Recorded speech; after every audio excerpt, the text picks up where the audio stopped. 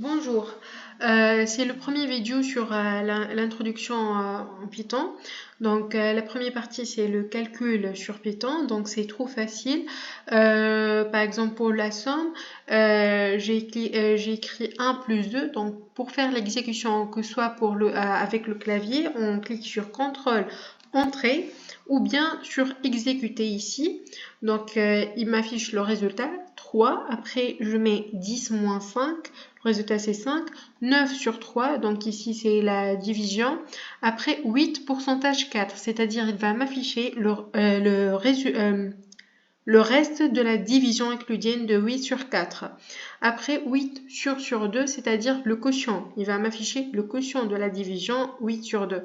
Et pour faire le puissance, c'est étoile, étoile. Donc 3 puissance carrée, le résultat c'est 9.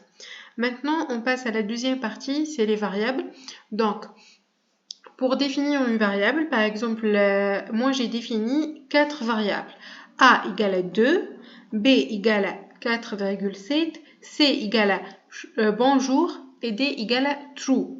Donc, pour définir une variable, il suffit de mettre le nom de la variable que vous voulez. Par exemple, moi j'ai défini A, après vous mettez égal, après vous mettez le contenu de la variable.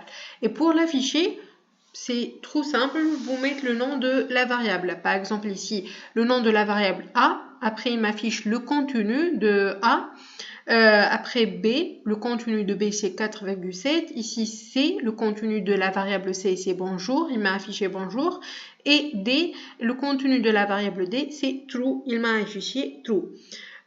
Pour les types des variables, en fait, il y a 4 types de variables. Les entiers naturels, les réels, les chaînes de caractères et les booléens. Donc les entiers naturels, c'est int, les réels, c'est float, string, c'est-à-dire les chaînes de caractères, et booléen, en fait, c'est true or false. Donc, on a déjà défini les variables A, B, C, D. Donc, pour voir le type de la variable A, on met type A. Il m'a affiché int. C'est vrai puisque A égale à 2, donc c'est un entier naturel. B, c'est 4,7, donc le type de B, c'est float, c'est un réel. C, c'est bonjour, avec deux côtés bien sûr, sinon c'est pas chaîne de caractères. Donc type de C, c'est str, string, c'est-à-dire une chaîne de caractères. Type de D, D c'est true, donc c'est booléen. Si par exemple, on va dire j'ai écrit D égale false.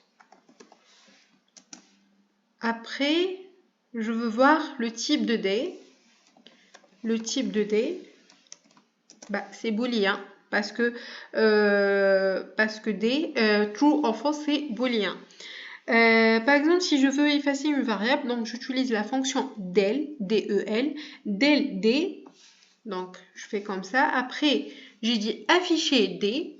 Donc, il va me dire erreur, n'existe pas la variable. Par exemple, ici, je veux effacer la variable B.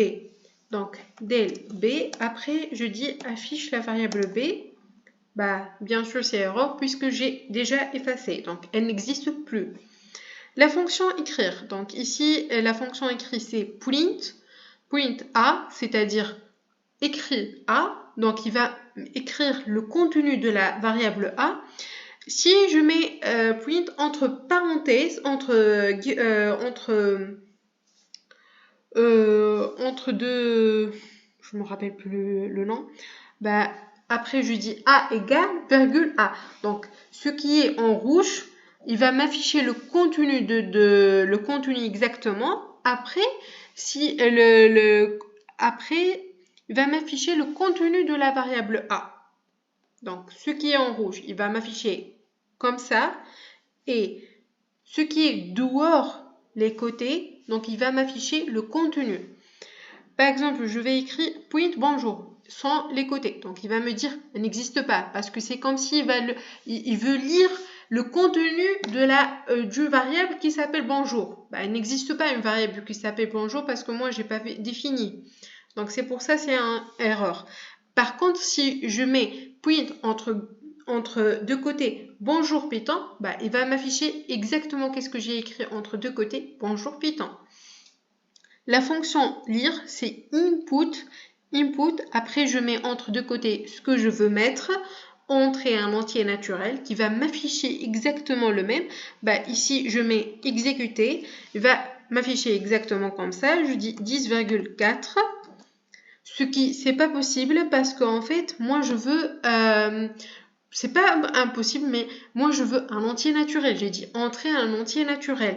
Donc, pour éviter ce genre de problème, je mets la fonction int. Parce que ici, si par exemple je mets 10,4, il va me dire c'est une erreur. Pourquoi? Parce qu'il faut entrer un entier naturel maintenant. Donc, j'utilise int. Là, j'entrais 2. C'est bon. Tout est bien. Par exemple, a égale à int, input, entrer un entier naturel. Donc, il va demander entrer un entier naturel. Moi, je mets 5. Après, je mets afficher a c'est 5. Là, on va passer à une autre partie, c'est les listes. Donc, pour définir une liste, par exemple, j'appelle le liste L, on va mettre L égale à entre deux crochets comme ça. Après, j'affiche la liste L. C'est vide, bien sûr, j'ai rien mis dedans. Après, si je veux L égale à 2, 10, 5. J'affiche la liste L, donc ça fait 2, 10, 5. Si par exemple, je veux ajouter un autre chose à la liste L, donc j'utilise la fonction append, donc je mets L.append 0, après j'affiche la liste L, donc comme vous voyez, 2, 10, 5, 0, j'ai ajouté 0. Si je veux ajouter Python par exemple, la même chose, L.append Python, donc j'affiche la liste L, ça fait 2, 10, 5, 0, Python. Ici en fait, c'est pour dire que la liste, elle accepte tous les types de variables. C'est-à-dire, dans une seule liste, on peut avoir des floats, des réels, des entiers, des chaînes de caractères, des booléens aussi. Donc, c'est pas nécessaire que tout soit le même type. Par exemple, si je veux effacer maintenant le dernier case, donc je dis L.remove Python par exemple. Et j'affiche le L, donc c'est bon, c'est supprimé. Donc on a 2, 10, 5, 0.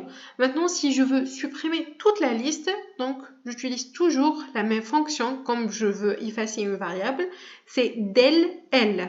Après, j'affiche L, bien sûr, on va avoir erreur puisque L n'existe plus puisque j'ai supprimé. Maintenant, je vais définir une autre liste. L égale 0, 3, 2, 10, 5, 8, 3, 0, 5, 7, 9 et j'affiche la liste. Donc, si je veux savoir la longueur de la liste, c'est-à-dire combien de variables dans la liste. Donc, j'utilise len, L-E-N de L, ça fait 11. Si on va calculer 1, 2, 3, 4, 5, 6, 7, 8, 9, 10, 11. C'est bien, c'est 11. Par exemple, ici, je veux afficher le premier contenu de la liste. Donc, c'est L0. Le premier indice, c'est 0, c'est pas 1. Donc, la première chose dans la liste, c'est 0. Après, la deuxième chose dans la liste, donc c'est L de 1. La deuxième chose, c'est L de 1. Toujours l'indice, c'est moins. Donc, la deuxième chose dans la liste, c'est 3. Donc, je mets L de 1, c'est 3. Maintenant, si je veux afficher la dernière case de la liste, c'est L moins 1. Donc, ça fait 9, 9. Par exemple, ici, c'est une autre méthode pour afficher la dernière case de la liste. Donc, c'est L, len de L moins 1. Len de L, c'est-à-dire le longueur. Et puisque l'indice est toujours, puisqu'on a commencé par 0, le premier case, c'est 0 l'indice. Donc, toujours l'indice est moins 1. Donc, c'est len de L moins 1. Donc, ça fait, elle va m'afficher le dernier case, c'est 9. L, 2 points, c'est-à-dire afficher toute la liste. Par exemple, ici, L 2.3, c'est-à-dire afficher les 3 premiers cases de la liste. Par exemple, ici, L 3, 2 points, c'est-à-dire supprimer. C'est pas supprimer, mais afficher la liste à partir de 4e case jusqu'à la fin.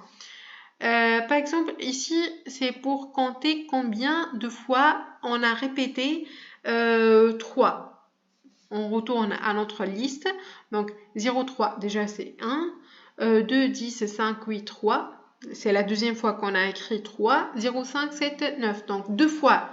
On a trouvé 3 deux fois. Donc L.count 3, c'est-à-dire calculer combien de fois on a 3 dans la liste. Donc c'est 2 fois. Par exemple, ici c'est pour vider la liste. Donc L égale 2 guillemets vide. Afficher L, donc c'est vide. C'est tout pour aujourd'hui. On se voit dans un autre vidéo pour deuxième partie de l'introduction de Python. Merci.